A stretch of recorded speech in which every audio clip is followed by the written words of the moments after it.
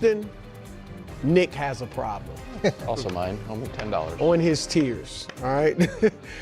The Texans should be up. I'm going to put them with the Patriots and the Broncos, all right? Obviously, they're one of the hottest teams in the NFL. They've won 9 straight games, 10 of their last 11.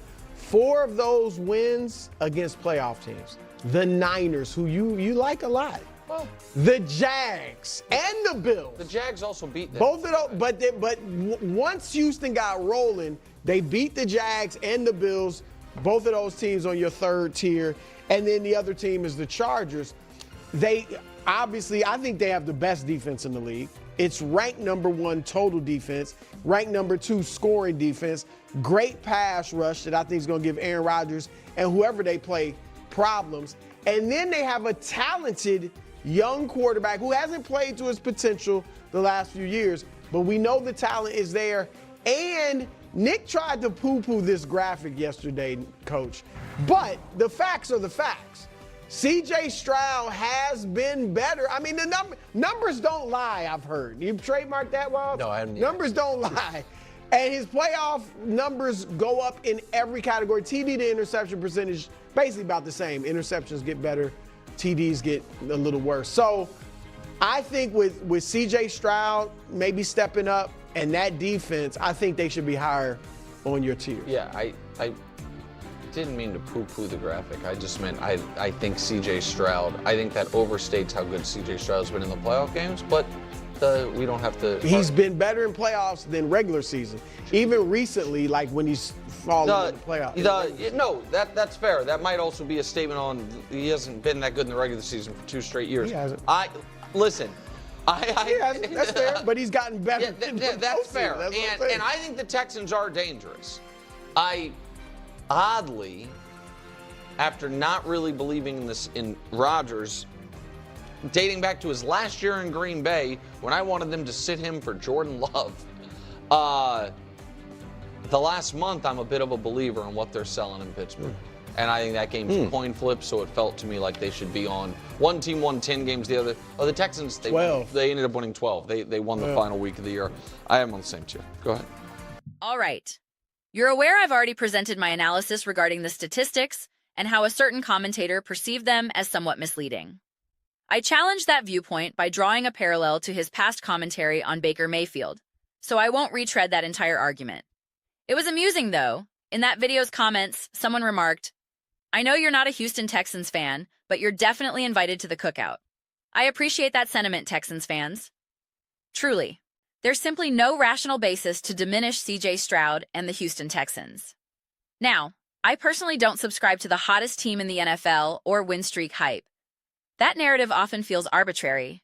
A team winning 8 consecutive games sounds impressive, but if they won 4, lost 1, then won 4 more, suddenly it's perceived differently. I disregard that framing.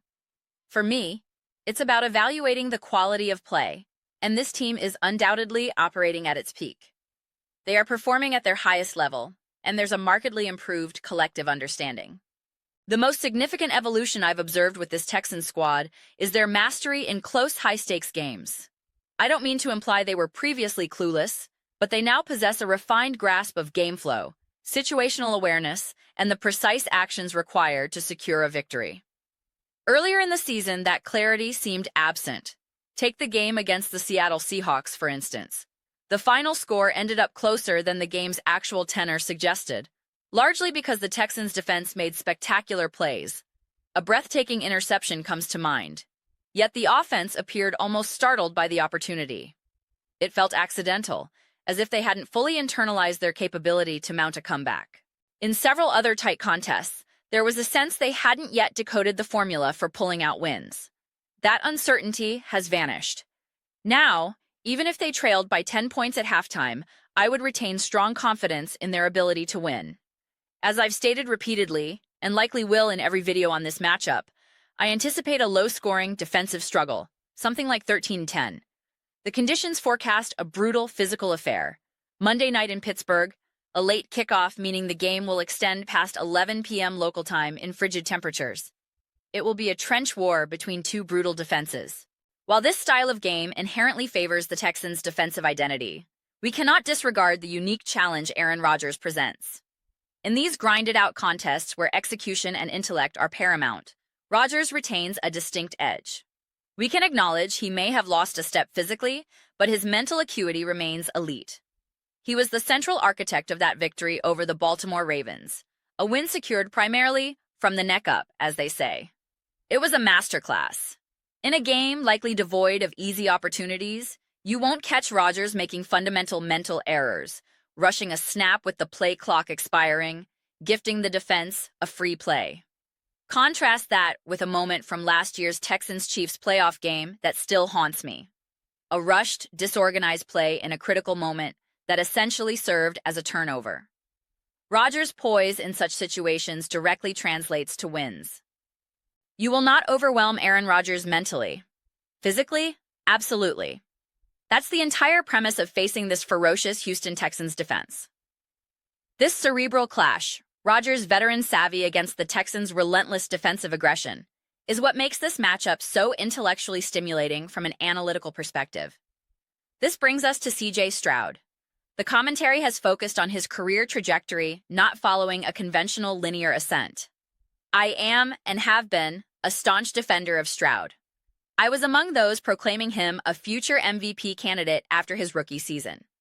I've consistently contextualized the challenges he's faced regarding roster support, offensive line play, and coaching.